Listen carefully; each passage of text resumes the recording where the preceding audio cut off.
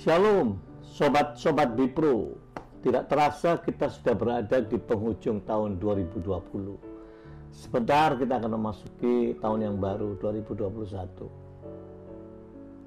Dan hari ini kita melihat di mana-mana sudah ada suasana Natal. Ya. Kita ingat Natal adalah membawa misi penyelamatan umat manusia. Misi penyelamatan umat manusia. Nah, kita akan belajar malam hari ini dengan tema yang kita mau bicara. Tema malam hari ini saya sampaikan, semua orang tidak akan luput. Semua orang tak akan luput dari sebuah masa. Masa apa itu? Masa penampian. Nah, nanti kita lihat hubungan Natal dengan penampian ini. Kita akan baca dulu di dalam Matius 13 ayat 36 sampai 43. Demikian bunyinya, maka Yesus pun meninggalkan orang banyak itu lalu pulang. Murid-muridnya datang dan berkata kepadanya, jelaskanlah kepada kami perumpamaan tentang lalang di ladang itu. Ia menjawab, katanya, orang yang menaburkan benih baik ialah anak manusia. Ladang ialah dunia. Benih yang baik itu anak-anak kerajaan. Dan lalang anak-anak si jahat. Musuh yang menaburkan benih lalang ialah iblis. Waktu menuai ialah akhir zaman. Dan para penuai itu malaikat. Maka seperti lalang itu dikumpulkan dan dibakar dalam api, demikian juga pada akhir zaman anak manusia akan menyuruh malaikat-malaikatnya, dan mereka akan mengumpulkan segala sesuatu yang menyesatkan dan semua orang yang melakukan kejahatan dari mana? Dari dalam kerajaannya. Garis bawahi, malaikat Tuhan akan mengumpulkan hal-hal yang menyesatkan, semua orang yang melakukan kejahatan dari mana? Dari dalam kerajaannya. Semuanya akan dicampakkan ke dalam dapur api. Di sanalah akan terdapat ratapan dan kertakan gigi.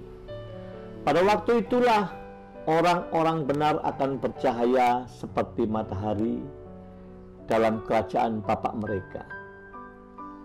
Siapa bertelinga, hendaklah ia mendengar. Saya lanjutkan Matius 13 ayat 28b dan 29. Jadi, maukah Tuhan supaya kami pergi mencabut lalang itu? Tetapi ia berkata, jangan. Sebab mungkin gandum itu ikut tercabut pada waktu kamu mencabut lalang itu. Saudara, kisah ini bicara tentang lalang di antara gandum. Gandum itu yang menebar Tuhan sendiri. Lalang itu penebarnya adalah si jahat iblis. Ya, ladang itu dunia ini. Saudaraku, ini perumpamaan yang sangat penting buat semua orang percaya. Perhatikan prosesnya. Prosesnya ini penuaiannya di akhir zaman. Kita ini sudah mulai memasuki di akhir zaman. Proses yang terjadi adalah lalang dipisahkan dari gandum dulu dan dibakar. Persis seperti lalang yang dibakar ini, Tuhan juga menyuruh malaikat-malaikatnya untuk mengumpulkan penyesat-penyesat dan perbuatan jahat yang dari mana? Yang muncul dari kerajaannya. Jadi proses yang kedua ini adalah penampian umat Tuhan. Yang pertama, lalang dipisahkan dari gandum, biar dipisah antara orang fasik dan orang benar. Tapi Tuhan terus menampi di dalam umatnya sendiri.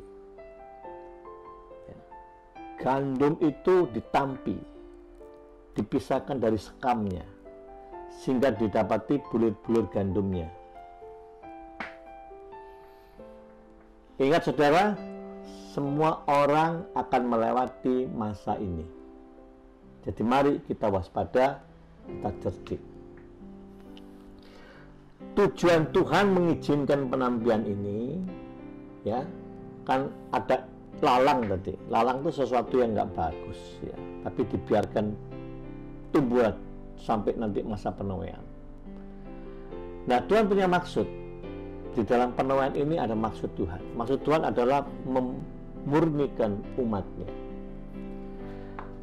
Sekali lagi ini diawali dengan pemisahan antara gandum dan lalang, antara orang benar dan orang fasik. Lalu Tuhan masuk membentuk, memproses, membangun iman orang dengan membangun kesadarannya tentang dirinya, sehingga dia tahu sesungguhnya bagaimana dirinya itu. Ini proses penampian umat Tuhan. Iblis itu juga terlibat di dalam perkara penampian ini. Lukas 22 ayat 31 bunyinya demikian. Simon, Simon, lihat, iblis telah menuntut untuk menampi kamu seperti gandum. Iblis telah menuntut untuk menampi kamu seperti gandum. Jadi perkara ini iblis ikut campur dalam penampian. Tapi maksud iblis menampi dan cara iblis menampi itu berbeda. Iblis memakai cara satu, dia memberikan tekanan demi tekanan dalam kehidupan orang. Iblis memberikan goncangan-goncangan yang kuat di dalam perkara bisnis, goncangan di dalam keuangan, goncangan di dalam kesehatan, yang semuanya ini akan mempengaruhi kualitas iman saudara. Satu sisi juga iblis memberikan jebakan-jebakan kepada manusia untuk merusak. Jebakan apa itu? Saat manusia di dalam keadaan makmur, dalam keadaan mapan, di zona nyaman, disinilah manusia itu lengah. Disinilah manusia itu menjadi lemah. Hubungan dengan Tuhan lebih kendor, ya. Sandaran dia dengan Tuhan juga kendor, kebanyakan. Lalu iblis juga memberikan jebakan dengan apa? Membawa manusia sampai ke titik terendah hidupnya, dengan tujuan supaya dia marah kepada Tuhan. Nah, maksud semua cara penampian iblis ini adalah untuk merusak, merontokkan iman saudara. Ya. Jadi berbeda dengan maksud Tuhan menampi. Nah, bagaimana dengan situasi hari ini? Ini kan situasi pandemi. Situasi yang tidak menentu, yang manusia nggak tahu sampai kapan. Dan ini mengglobal, saudara. Disinilah yang saya yakini juga terjadi proses penampian. Dan iblis ada di sini. Ya, dari sekian banyak orang-orang percaya umat Tuhan, iblis suka itu menampi dengan caranya dia tadi. Supaya apa? Ada kerontokan, kehancuran iman orang percaya. Tapi Tuhan ingin menampi proses pandemi ini supaya muncul anak-anak Tuhan yang hidup dengan iman yang murni, yang sejati, ya, yang berkemenangan. Tuhan punya maksud supaya kalau berkemenangan, umatnya ini bisa memerintah bersama Yesus kelak. Sedangkan iblis menghambat supaya rontok imannya. Saudaraku, hari-hari ini persiapan Natal udah di mana-mana. Natal membawa misi keselamatan. Sedangkan peristiwa yang kita baca di penampian ini, kalau kita berhasil ditampi, menang, hidup sebagai umat yang sejati, maka visi misi Tuhan itu berhasil dengan baik. Kita masuk di situ. Tapi rupanya iblis juga merusak anak-anaknya. Anak-anaknya dibuat imannya rontok.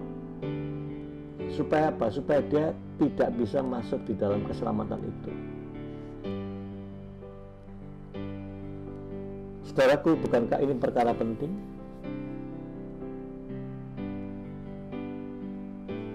Bagaimana dengan anak Tuhan yang setengah-setengah hati? Anak-anak Tuhan yang masih duniawi banget. Ya. Ingat, firman Tuhan mengatakan manusia itu hanya ada dua macam. Satu orang benar, satu orang fasik.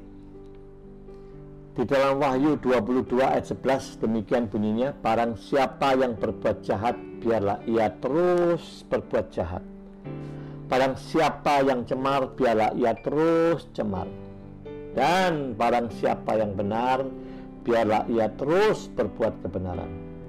Barang siapa yang kudus, biarlah ia terus mengkuduskan dirinya. Hanya ada dua manusia, antara orang benar sama orang fasik. Kalau Anda merasa jadi Kristen yang biasa-biasa aja, atau abu-abu gak jelas ya, ada di mana? Gak ada di tengah-tengah. Ya. Mari kita sadar tentang perkara ini. Jadi mesti bagaimana kita ini? Matius 24 ayat 13 ini mengingatkan kita.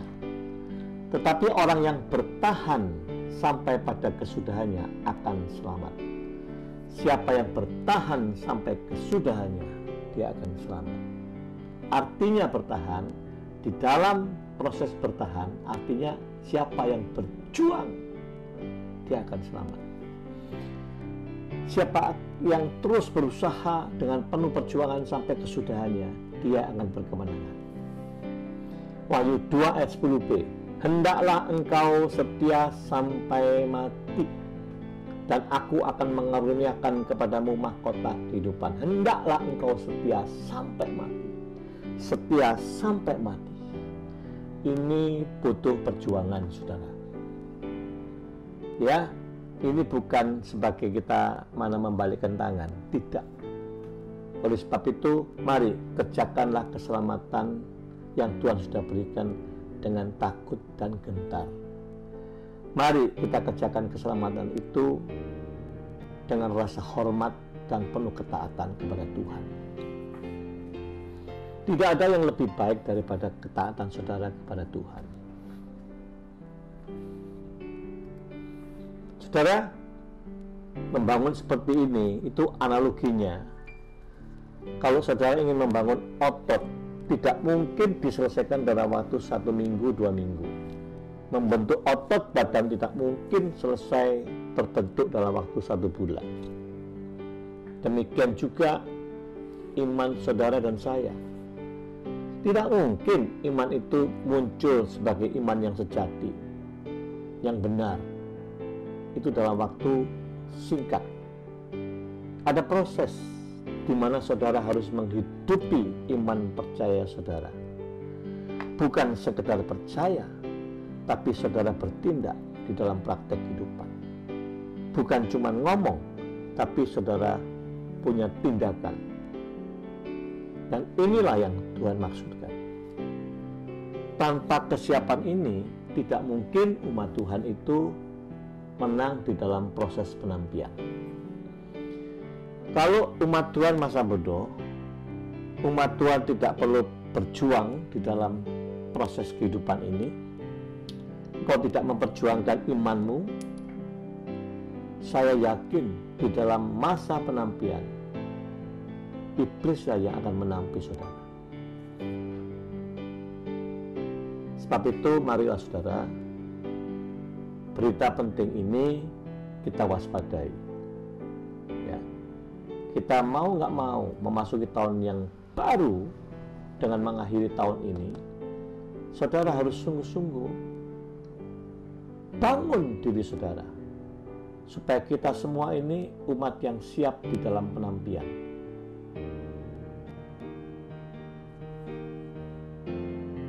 Amin.